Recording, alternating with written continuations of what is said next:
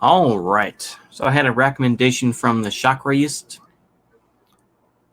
to do a video about the Nigerian Biafran Civil War, which occurred from July 6, 1967 to January 15th, 1970. I'm going to leave that in because I'm lazy. So this is another one of those let's blame the Anglo, because you should in this case. So let's start with the background. So the British separated between the North and the South, and different groups were supported while others were not. So primarily the Igbo were the ones that were kind of left out, basically. So what happened is, gained independence from the UK in 1960. 300 differing ethnic and cultural groups. You had, Islam, you had a mixture of Christianity and other things as well. The Igbo were really the ones that were kind of BTFO'd in this, though. So just to try to set it forth here, and this is from Wikipedia, so I take it with a grain of salt, but just to make sure I'm on the right path here. Basically, the British separated between North and South. This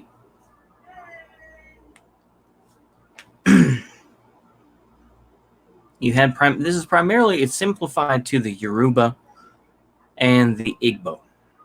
Now, the Yoruba were relatively quick to adopt, a lot of Western ideas, become Christian, and other things such as that. In general, the fact is that the British, wanted the oil. That's the whole idea of Nigeria.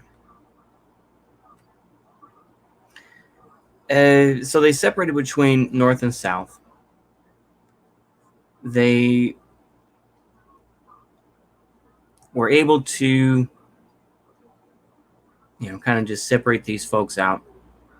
This is why when you hear about folks that are like, well, just get over the differences and whatnot. We can all be, get along. We all bleed the same blood. It has never worked that way in human societies, and it never will. The only thing that kept societies together was the promise of riches and the promise of having a standard life for everybody. And basically not living a crap life.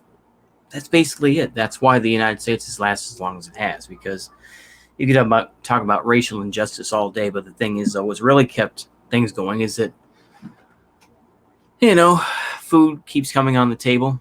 The football games continue on, and, things are stable. I'll put it that way. So they let me make sure here. So the British divided the southern region into the western and eastern region. Basically, I believe that there were some groups that were considered more warriors, so they kept those folks there, and a lot of other folks were kind of left out.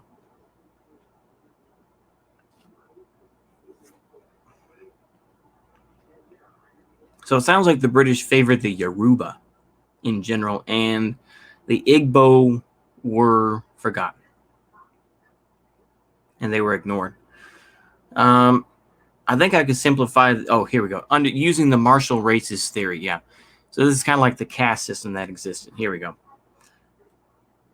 The peoples from northern Nigeria, such as the Hausa, Kiv, and Kanuri, were the hard martial races whose recruitment was encouraged, while the peoples from southern Nigeria, such as the Igbos and Yoruba, okay, excuse me. Okay, I left this out. Yeah, Igbos and Yoruba, viewed as too soft to make for good soldiers. And hence their recruitment was discouraged. In 1958, men from northern Nigeria made up 62% of the Nigeria regiment, while men from the south and west only made up 36%. Policy was changed. Men from the north make up only 50% of the soldiers, while men from the southeast and southwest were to each make up 25%, a policy that was retained after the independence. Previously favored northerners, whose egos had been stoked by being told by their officers that they were tough and hardy martial races, greatly resented the change in recruitment policies. Like I say, this is typical psyop manipulation that went on. There were opportunities for Nigerian men to serve as officers that had not been existed prior to independence, as men from the southeast and southwest were generally much better educated. This is one of the things that was true, is that Yoruba in particular were a lot. They sent their kids to British schools so that they could, have a chance to serve the empire back in their home of Nigeria. Men from the southeast, southwest, better educated. Military coup. Basically, I'm going to simplify it into this, where basically everyone took Nigeria's side. The U.S. decided to stay out of it, so ultimately it was between, arguably this was kind of like a proxy war. I'm going to oversimplify things here, but basically it was a proxy war between the Soviet Union and China. Because by this point, the Sino-Soviet split had occurred. So the Soviet Union supported the country of Nigeria as a whole, and Biafra was supported by China. Pilots weren't great in Nigeria, so they sent Egyptian pilots to fly their Ilyushin, basically their jet bombers, basically. I'll simplify it. I'm not an expert on all Soviet aircraft. I like looking at them. But anywho,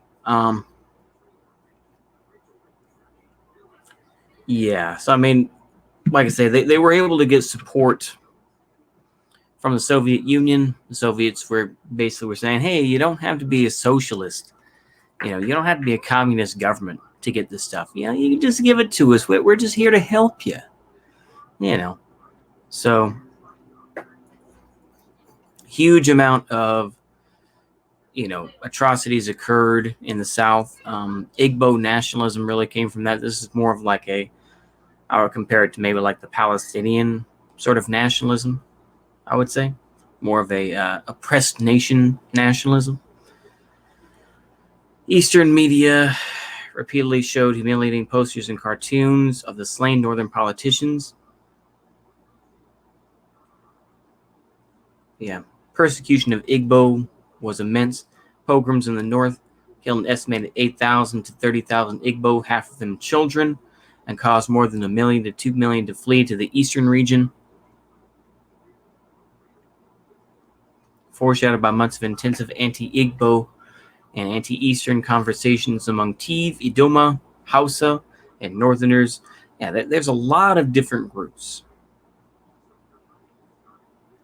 Like I say, I'm sure this is pretty much the same thing in any African nation with quotes. A lot of different groups here. Like I say, this is the whole thing. When people tell me about Pan-Africanism, all I have to say is Nigeria.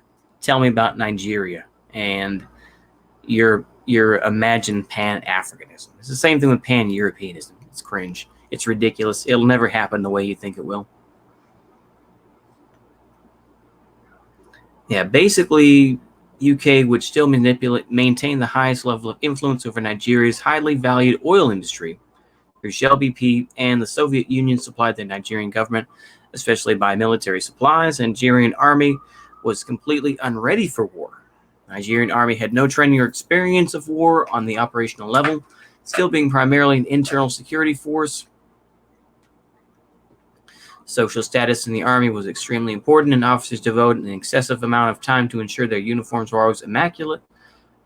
While there was a competition to own the most expensive automobiles and homes, the killings and purges perpetuated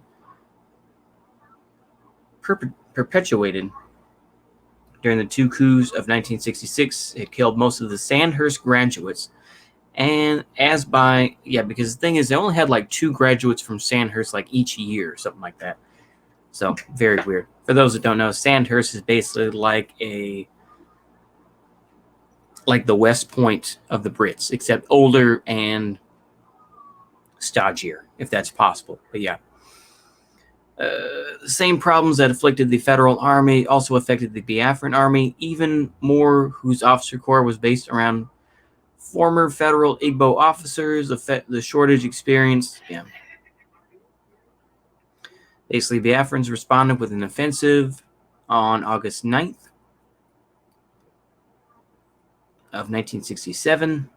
The country of as Nigerian forces retook the Midwest, the Biafran military administrator declared the Republic of Benin, which is kind of what happened where, was an unrecognized secessionist state in West Africa. This is where, kind of Biafra came from in a lot of ways, yeah. As war continued, the Nigerian army recruited amongst a wider area, including Yoruba, Ishekri, Urhobo, Edo, Ija, etc. Okay, Ilyushin IL-28. Excuse me, I thought it was going to come up somehow. Bombers flown by Egyptian air crews, as I said. A couple of Canadians involved. This is kind of the kind of a prelude to a lot of the to the Bush War. Where they would support Portugal. So you would have, you have Roy Steiner down here. And of course, you'll have, I cannot think of their names, but basically, this is the beginning of the kind of like what would become executive outcomes and all that sort of thing. The mercenaries were entering into this,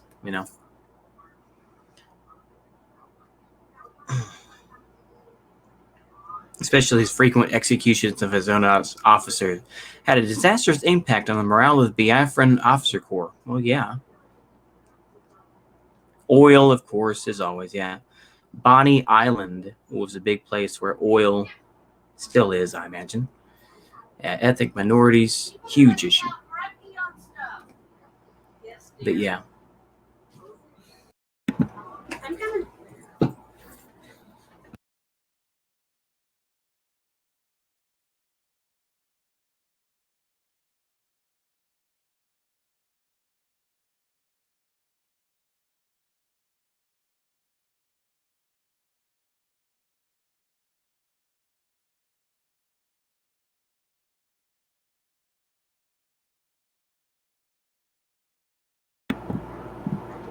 Okay. I'm just going to leave that dead air in there. So apologies if it kind of sounds, audio gets wonky. But yeah. So the French referred to Biafra as just a noble cause. I remember I saw a video from, I think, one of the like an African history channel on YouTube. It was pretty good. Yeah, basically Biafra week. Oh wow. Yeah, interesting that. Yeah, Soviet Union backed the Nigerian government, and China backed Biafra because basically they kind of felt left out. But also, this was, the split had already occurred, and Israel gave some support to Nigeria as well. Egypt, of course, sent their pilots. Let's see here. Counterproductive in the propaganda war, as Biafrans did their best to publicize cases of civilians killed by the Egyptians. Spring of 1969, Nigerians replaced the Egyptian pilots with East German pilots, who proved to be considerably more competent. Organization of African Unity, kind of similar to the Organization of Afro-American Unity, which is something that Malcolm X did. Foreign mercenaries, of course, Rolf Steiner. As I said, Brownwater Navy, yeah. Biafra was basically surrounded. It was a stalemate. Senator Ted Kennedy. I don't care about what Ted Kennedy has to say. He can shut his mouth. Yeah, horrible, horrible losses. And this is very similar in Africa, on the continent of Africa. These tribal wars that go on, it's beyond religion. Like I said, I imagine atheists would just say, oh, if they just got rid of their religion, I think that's an oversimplification. We've seen this with the Hutus versus the Tutsis, or now we're seeing it in South Africa between the Zulus, the Bantus. And like I say, these conflicts continue to happen. With the United States, it's imagined that, it's basically Northerners versus Southerners. There's a very elitist nature to it. Countries are not one thing. They never have been, and they never will be, not completely. So I think that it's very important to realize this and to try to get in where you fit in. I think that's all I have to say about that. But hopefully y'all enjoyed this video here. And hopefully I wasn't too low energy. But anyway, hope y'all enjoyed that. See you later. And goodbye.